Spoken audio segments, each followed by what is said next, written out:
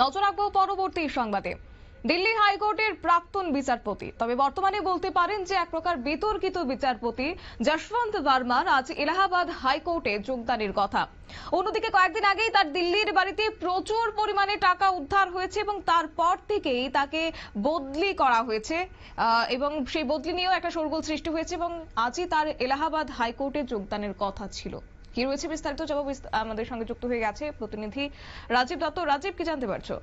দেখো, প্রথমেই বলি, আজকে তাকে তার এলাহাবাদ হাইকোর্টে যোগদানের কথা ছিল, যদি এখনো পর্যন্ত আমরা জানতে পারিনি তিনি এসছেন কিনা। তবে এলাহাবাদ হাইকোর্টের বার অ্যাসোসিয়েশন সহ 22টি সংগঠন, কর্মচারী ইউনিয়ন, তারা বলেছেন যে তারা অনির্দিষ্টকালের জন্য ধর্মঘট ডেকেছেন। তারা কোনোভাবেই এই বিচারপতিকে ঢুকতে দেবেন না। তারা তাদের দাবিতে অনড় যে এইরকম একজন এখানে একজন যে বিচারপতিকে সাসপেন্ড করা উচিত ছিল, যে বিচারপতিকে আর এজলাসে ট্রান্সফার করা উচিত হয়নি, এই অভিযোগ নিয়ে তারা বলছেন যে তারা ওখানে ঢুকতে দেবেন না।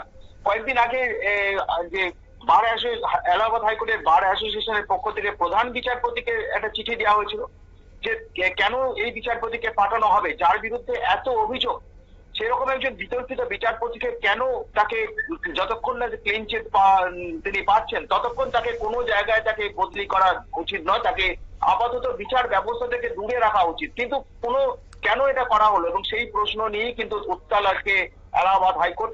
আমাদের কাছে খবর যে ওখানে এলাহাবাদ হাইকোর্টের সামনে কিন্তু বিক্ষোভ দেখাচ্ছেন আইনজীবীরা এবং কর্মচারীরা। তারা কোনোভাবেই যদি বিচারপতি আসেন তাহলে তাকে ঢুকতে দেবেন না। জানো যে কয়েকদিন আগেই তার বিরুদ্ধে তার বাড়ি থেকে প্রচুর টাকা উদ্ধার হয়েছে। গত হোলির দিনে 14ই মার্চ হোলির দিনে গভীর রাত্রে তার বাড়িতে আগুন লেগেছিল। সেই সময় দমকল কর্মীরা বাড়িতে আগুন নেভাতে গেছিলেন। সেই সময় তার বাড়িতে প্রচুর টাকা পাওয়া যায়, যেগুলো কিছুটা পুড়ে গিয়েছিল। সেই নিয়ে কিন্তু এখন হইচই বেঁধে গিয়েছে দেশের রাজনীতিতে। কারণ এই এত টাকা দিল্লি হাইকোর্টের বিচারপতি পেলেন কি করে? ধরে নেওয়া হচ্ছে ঘুষ নিয়েছেন তিনি। এবং যখনই এই খবরটা প্রধান বিচারপতির কাছে সঞ্জীব খান্নার কাছে যায়, তিনি কলেজিয়াম ডেকে তাকে বদলি করে দেন এলাহাবাদ হাইকোর্টে। এই এলাহাবাদ হাইকোর্ট থেকেই কিন্তু দিল্লি হাইকোর্টে বদলি করা হয়েছিল, এসছিলেন এই যশবন্ত ভার্মা। তাই প্রশ্ন উঠেছে, গতকাল এই যে কলেজিয়ামের যে সিদ্ধান্ত, সেটা গতকাল কেন্দ্রীয় সরকারের কাছে পাঠানো হয়েছে এবং কেন্দ্রীয় সরকার সেটাকে অনুমোদন দিয়েছে। এরপরই কিন্তু যেটা দেখা যাচ্ছে, ঘটনা যেটা আরো বিতর্ক তৈরি করছে, যে দমকল যে ডিরেক্টর রয়েছেন, দিল্লি দমকলের ডিরেক্টর যিনি রয়েছেন, তিনি বলছেন যে বিচারপতির ঘরে এরকম কোনো টাকা পাওয়া যায়নি। এবং এই বিবৃতি দেওয়ার পরই কিন্তু একটা হইচই বেঁধেছে। দিল্লি পুলিশ কমিশনার মনে করছেন যে এই দমকল অধিকর্তাকে ফোর্সফুলি তাকে চাপ দিয়ে তাকে এই কথা বলতে বাধ্য করা হয়েছে। ইতিমধ্যে 5 জন পুলিশ কর্মী, ঘটনার পর যখন খবর আছে যে এই বিচারপতির বাড়িতে, সেই সময় তো তারা বাড়িতে ছিলেন না, সেই সময় তারা ভোপালে ছিলেন, তো যখন খবর আছে, যখন 5 জন দিল্লি পুলিশের কর্মী ঘটনাস্থলে উপস্থিত ছিলেন, তাদের মোবাইল ফোন ইতিমধ্যে বাজেয়াপ্ত করেছে তদন্তের জন্য দিল্লি পুলিশ। কারণ দিল্লি পুলিশ এই বিষয়টা তদন্ত করছে এবং সেই সঙ্গে দিল্লির পুলিশ কমিশনার এই 5 পুলিশ কর্মীকে ডেকে বলেছেন যে যেন তারা যা যা দেখেছে সেই নিয়ে তারা ঠিকঠাক তদন্ত কমিটি পুলিশের কাছে বিবৃতি দেয়। তারই মধ্যে আজকে যে খবরটা, যে জানো যে রাজ্যসভা এবং লোকসভা তো এই নিয়ে প্রশ্ন উঠেছে, হইচই হয়েছে। রাজ্যসভায় যিনি জগদীপ ধনখড় চেয়ারম্যান, তার কাছে আবেদন ছিল, কপিল সিবাল বলো বা বিরোধীদের আবেদন ছিল, এই যে একটা সর্বদলীয় বৈঠক ডাকা হোক। কারণ এই বিচার ব্যবস্থার এই যে দুর্নীতি, এর ফলে মানুষের কাছে একটা খারাপ বার্তা যাচ্ছে। এই বিচারপতিকে একটা উদাহরণ দৃষ্টান্তমূলক শাস্তির ব্যবস্থা করা হোক। তো এই বিষয়টা তারা আবেদন করেছিলেন যে রাজ্যপাল জগদীপ ধনখড়ের কাছে যে একটা সর্বদলীয় বৈঠক ডাকা হোক।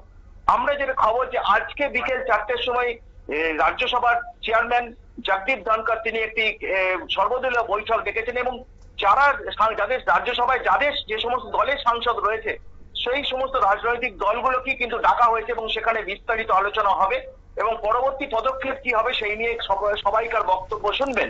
দ্বিতীয়ত হচ্ছে, জানো যে সুপ্রিম কোর্ট তারা ইতিমধ্যেই একটি 3 সদস্যের একটি বিচারপতিদের একটি কমিটি করেছেন। সেই বিচারপতিদের কমিটিতে রয়েছে পাঞ্জাব চণ্ডীগড়ের যিনি প্রধান বিচারপতি, হাইকোর্টের বিচারপতি শিল নাগু, তেমনি রয়েছেন হিমাচল প্রদেশ হাইকোর্টের প্রধান বিচারপতি JS সান্দাওয়ালিয়া এবং কর্ণাটক হাইকোর্টের বিচারপতি অনু শিবরামান। এই 3 বিচারপতি তারা তদন্ত শুরু করবেন। ইতিমধ্যেই তারা পুলিশের কাছে এই বিচারপতি, অর্থাৎ যার বিরুদ্ধে অভিযোগ, সে যশবন্ত ভার্মার সমস্ত কল ডিটেলস রেকর্ড পুলিশের কাছে চেয়ে পাঠিয়েছেন এবং সেই সঙ্গে যারা ওই দিন ঘটনাস্থলে ছিলেন, যে সমস্ত দমকল কর্মীরা ছিলেন, দমকলের ডিরেক্টরের সঙ্গে কথা বলবেন, দমকল কর্মীদের সঙ্গে কথা বলবেন, পুলিশ কর্মী তাদের সঙ্গে কথা বলবেন এবং তারা তদন্ত করবেন, খুব তাড়াতাড়ি তারা তদন্ত শুরু করবেন। তবে আজকে আজকে রাজ্যসভার জগদীপ ধনকর যে বৈঠক দেখেছেন, সেই সর্বদলীয় বৈঠক, সেই বৈঠকে একটা কংক্রিট সিদ্ধান্ত নেওয়া হবে যে পরবর্তী ক্ষেত্রে এই বিচারপতির বিরুদ্ধে কি পদক্ষেপ নেওয়া যেতে পারে, কারণ সংসদ তাকে ইমপিচমেন্ট করতে পারে, সেই বিষয় নিয়ে কিন্তু আলোচনা হবে। কারণ এই যে আলোচনা, আজকে যে সর্বদলীয় বৈঠকে আলোচনা হবে, এবং তারপরে তিনি লোকসভা স্পিকারের সঙ্গে কথা বলবেন এবং এই নিয়ে সংসদেও যাতে আলোচনা হয়। কারণ জগদীপ ধনকর মনে করছেন যে একটা বিচার ব্যবস্থার প্রতি বড় আঘাত। কারণ একজন বিচারপতি বাড়িতে এত টাকা কিভাবে এলো? এ তো ঘুষের টাকা ছাড়া অন্য কিছু নয়। অর্থাৎ তিনি ঘুষ নিয়েছেন, এটা প্রমাণ না হলেও কিন্তু এটা বলতে দ্বিধা নেই যে তিনি ঘুষ নিয়েছেন। কারণ যেভাবে টাকাগুলো একটা ঘরে, একটা চেম্বারে রাখা ছিল, সেটা যদি এই আগুন না লাগতো তাহলে কখনোই জানা যেত না। তাই মনে করা হচ্ছে যে প্রায় 20 কোটি টাকা উদ্ধার হয়েছে, প্রচুর টাকা পুড়ে গিয়েছে। তাই মনে করা হচ্ছে যে এই বিচারপতির বিরুদ্ধে একটা ড্রাস্টিক অ্যাকশন নেওয়া হোক, নাহলে সাধারণ মানুষের কাছে একটা ভুল বার্তা যাচ্ছে, বিচার ব্যবস্থার বিরুদ্ধে প্রতি মানুষের আস্থা হারিয়ে যাবে। সেই কারণেই কিন্তু কেন্দ্রীয় সরকারও কিন্তু চাইছে একটা ব্যবস্থা নিতে। কেন্দ্রীয় আইনমন্ত্রীও তারাও বিষয়টা তদন্ত করছেন এবং সেই সঙ্গে পুলিশ তদন্ত করছে। এবং এই তিন বিচার কমিটি প্রধান বিচারপতি যে কমিটি করছে, দেশের প্রধান বিচারপতি সঞ্জীব খান্না তৈরি করে দিয়েছেন, তাদের রিপোর্টের পর সুপ্রিম কোর্ট কি সিদ্ধান্ত নেয় তার উপরে নির্ভর করছে অনেক কিছু। তবে সংসদও চাইছে তারা এই বিষয়টা একটা ব্যবস্থা নিতে, কারণ সংসদের দায় অনেক বেশি। কারণ সংসদ যেহেতু নির্বাচিত প্রতিনিধিদের জায়গা, তাই তারা মনে করছে যে সমস্ত রাজনৈতিক দলগুলোকে তারা যেটা বলছে সেই আলোচনার বিষয়বস্তু, সেটাকে নিয়ে আলোচনা করে সংসদে এই বিষয় নিয়ে আলোচনা হোক, লোকসভা এবং রাজ্যসভায়, তারপরে পরবর্তী ক্ষেত্রে একটা কংক্রিট সিদ্ধান্ত হোক, যাতে মানুষের বিচার ব্যবস্থার প্রতি মানুষ ভুল না বোঝে। একজন বিচারপতি ঘুষ নিতে পারেন, তার মানে সবাই তো দোষী নয়। কিন্তু এখন যেটা দেখা যাচ্ছে যে একজন বিচারপতির জন্য তিনি পুরো সিস্টেমটাকে মেলাইন করে দিয়েছে। সেই জন্যই স্বচ্ছতা আনতেই সংসদ অত্যন্ত উদ্গ্রীব, সমস্ত রাজনৈতিক দলগুলো উদ্গ্রীব, সুপ্রিম কোর্ট উদ্গ্রীব।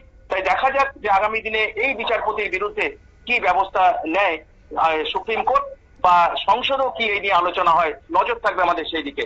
শতাব্দী, ধন্যবাদ।